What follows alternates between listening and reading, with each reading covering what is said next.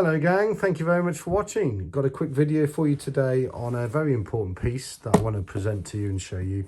As you know, on A Bloke Collecting Watches, I do love and I've always loved kind of Rolex stainless steel watches. As you can see there, there's a few of them there, gradually building.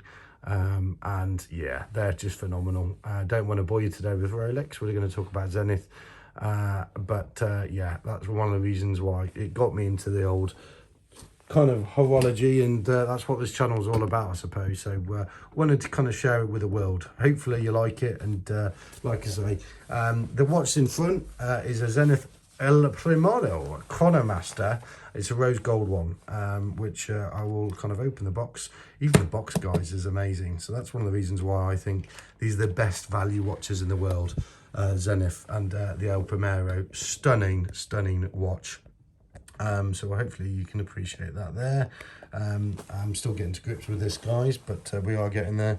So here we have a 42mm a rose gold Chronomaster and chronograph movement. Beautiful watch. Going to go through a bit of the Zenith history with you, but even the watch, guys, is phenomenal.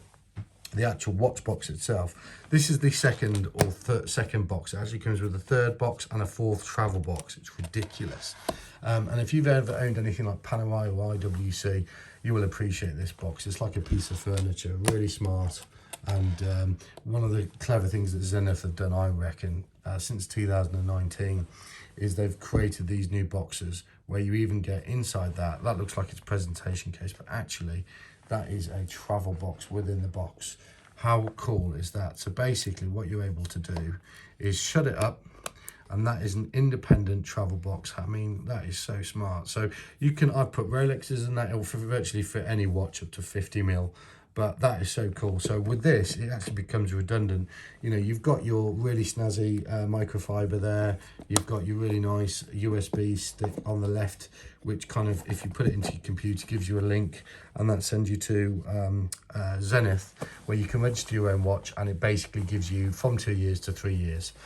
So that's pretty much the box. But the watch itself, one of the reasons I love this brand is purely because look at that thing. I mean, it's got so much gravitas, so much presence, and the brand itself, if you know anything about it, it's really cool. The story, they came out. It's one of the oldest watch houses in the world. They kind of started in 1865 from a guy called George, and he kind of built the company. I think the son then took over, and it's been owned by a couple of people, but really it's taken up till probably the mid-noughties or noughties, when LVMH, Louis Vuitton, Moet Hennessy, the luxury brand that own Tag Heuer, they own Hublot as well, they got into Zenith. They bought Zenith, and they've kind of made it quite a dynamic, sexy, avant-garde brand. That's how I perceive them anyway. And really cool brand. And we're going to talk a little bit about this watch and why I think it's one of the coolest. Firstly, it is phenomenal in terms of its price point. So this watch has a phenomenally high recommended retail price, and I'm sure people are paying those, but for me, I did get a very slight discount off it, probably in the same kind of ballpark as the same price as what this cost new. So this was just under £12,000. And this watch here has a recommended retail of 14,300. If you go on Zenith, you can buy it today, and yeah, they are expensive watches, and they look the money, and they feel the money, certainly. It's a brand that at the moment they are still mildly discounting, but I think that this brand in the next 5-10 years, I'm going to make a prediction that they're going to hold their value a bit more. It's a proper 50-year-old, 60-year-old movement, the El Primero movement. They won the kind of space race kind of battle to the automatic chronograph movement in January 69, I think, against Seiko, and I think a kind of consortium of Tag Heuer and Breitling also tried to do it. Zenith won, and the El Primero is the only one that's actually stuck around. A lot of them have either made different movements or what have you, but that movement is just phenomenal. Beautiful watch, and just look at that kind of sapphire case back. It's just gorgeous. And this movement goes in pretty much everything. Went in the Rolex Daytona as well. and just a gorgeous piece, you know, with the blue anthracite and silver subdials, silver baton dial there as well. Silver dials I'm not a big fan on, but on this, because of the rose gold, it just looks just the absolute cat's pajamas, guys. Looks mega. Brown alligator stack with a vulcanized rubber back, rose gold pin obviously as well, buckle pin there. I'm going to get the black, there's like a black rubberized or black rubber perforated strap, which is really sporty, so I'm going to buy that. Really worth investing in because we can save the leather on this. But really beautiful formal dress watch, really. It's the dressiest watch that I have. And just a really cool brand, and I genuinely think my prediction will be that in 5-10 years time you may not get a discount on one of these, just because the brands like Rolex, where it's just become nigh on impossible, people are going to change. People, I think they're going to, we're a sophisticated generation, aren't we, of people that buy watches.